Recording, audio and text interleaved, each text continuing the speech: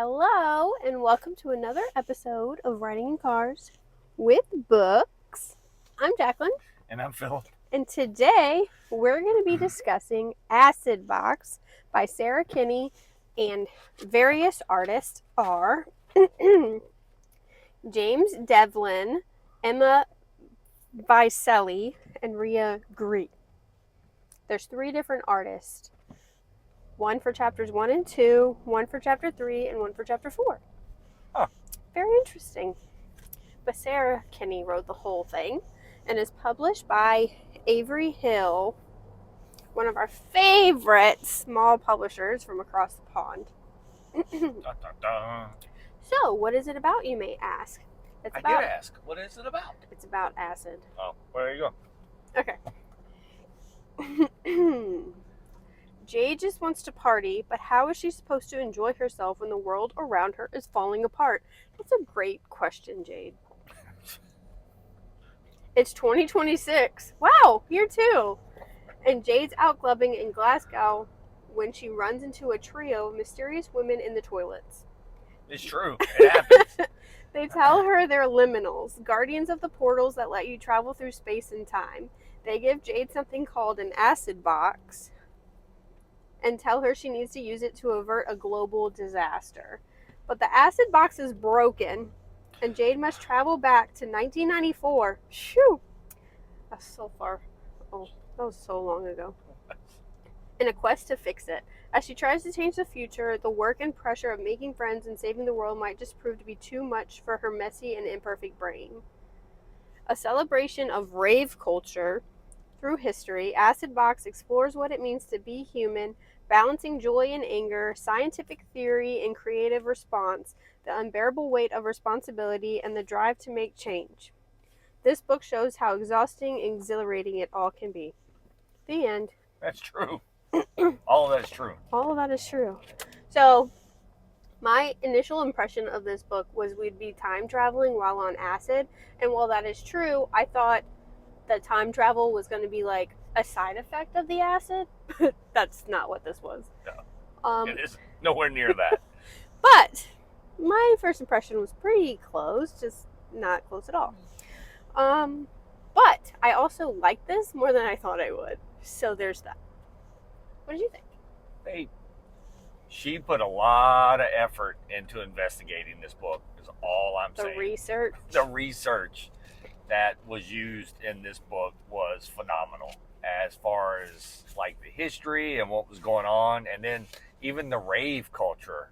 Yes, she had to be part of that lifestyle to know the inner workings of the toilets. And the interesting thing of the book is when you get near the end of the book, there's this whole list of other people that basically helped do this book. Anyway. You're getting way far ahead of yourself here. I know. When you asked me the book, I'm impressed. Very impressed. Overly impressed with the amount of effort that was taken in this to make this book. Each chapter starts with a diary entry, and it's like a mix of diary and some other mixed media, I guess. But there was a person in charge of that design in the diary pages, so I thought that was really cool. And how the chapter titles were written. The design of this book was just fascinating. The story itself is actually told from future Jade. But just because that is the case, you don't really know how everything is going to end and play out in the story. No. It's just how a bunch of people meet. But it's a friendship story at the heart. It is. It is. Found family. 100% it is a friendship, family, and finding what you need, and your biological family isn't always the important thing, or what you need, or even what you have, right? It's finding once again, a lot of these books end up this way, but it's finding where you need to be in the world and finding who you need to be with. Yeah. And so it is, once again, the main character, Jade, she basically loves her acid. Yeah. And there's a lot of time traveling. Ooh. Jade is the guardian of her brother after her mother passes away, And now that they're a little bit older, but they still live together, and I guess in a way she still Right. looks after him, even though they're definitely older than when they first show them at the beginning. And he is a germaphobe, so it makes the portals being in bathrooms even funnier. Right. Like, he's like, this is really where we are going. But I loved how they picked up different people in the different timelines, and they kind of formed this ragtag group of, they just went along with it. Like, some people that they met, they were like, what are y'all doing? Where'd y'all come from? And they just go along on the next adventure with them. That was really fun. Yeah, well, I think a lot of that was based on some of the early rave cultures. These people were just trying to find a place, and they didn't have it, so they would go to these things alone, and once again, they found something to attach themselves to. So I think that's kind of what that was showing too, right? Like, because let's be honest, trigger alert, some of these people, they weren't so sure they were going to survive their teens and early 20s, right? Just because of 100 different reasons. Yeah. Not the first person they picked up, but the second lady. Yeah. What's her name? I don't remember. I really liked her. She really went along and was like the protector of the group.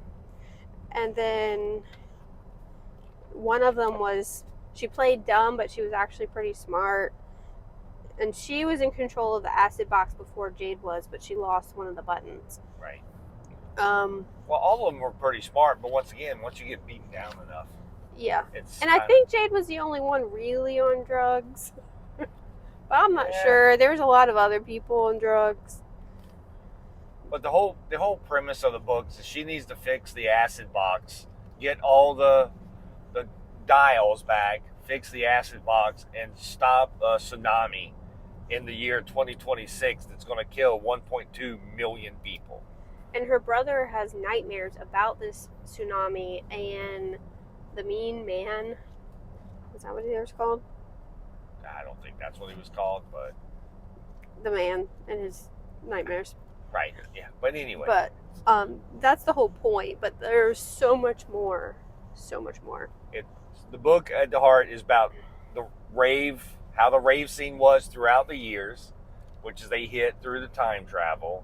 It's still like that, back in 94 and even in 2026. Mm-hmm. It's where we're starting, and the drugs are, acid is a big part of it, of the story also. And what it may or may not take to get. But it was not an acid trip. It was very clear this was not an acid trip. There were some shrooms involved.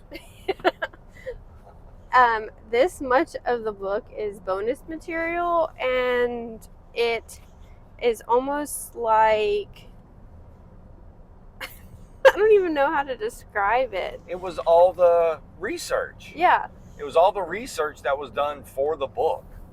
All the different people that they brought in. It's like a whole team of people did all this research. And I didn't read all of it because it's a lot, but I want to go back and read it.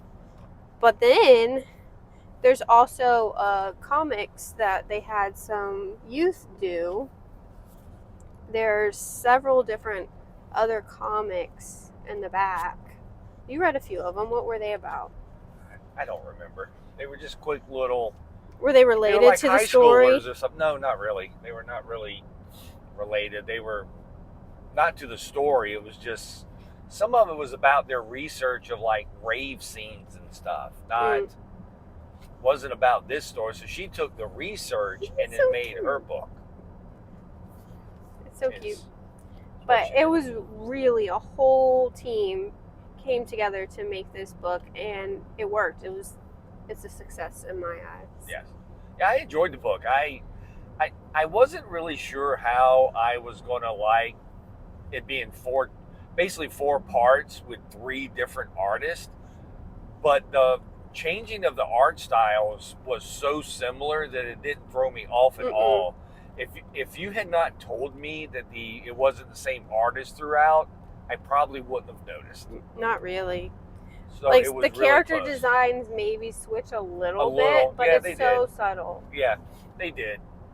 but it wasn't like anything that would throw you off from the book. Especially if you read it chapter at a time, you probably wouldn't even notice. Oh yeah, right. Yeah, I cannot even imagine. But I mean, I mainly read this book because it's Avery Hill, right? Like I read pretty much everything that they put out, and I wasn't really sure. Once again, going into it, time traveling acid kick, but Yeah. it worked really well. I actually, when I got through the first chapter, I was like, okay, I'm in. Yeah. Like I'm. He really, literally really, said that across the living room when he was reading it. Like it holds up really well and plays really well for what's going on.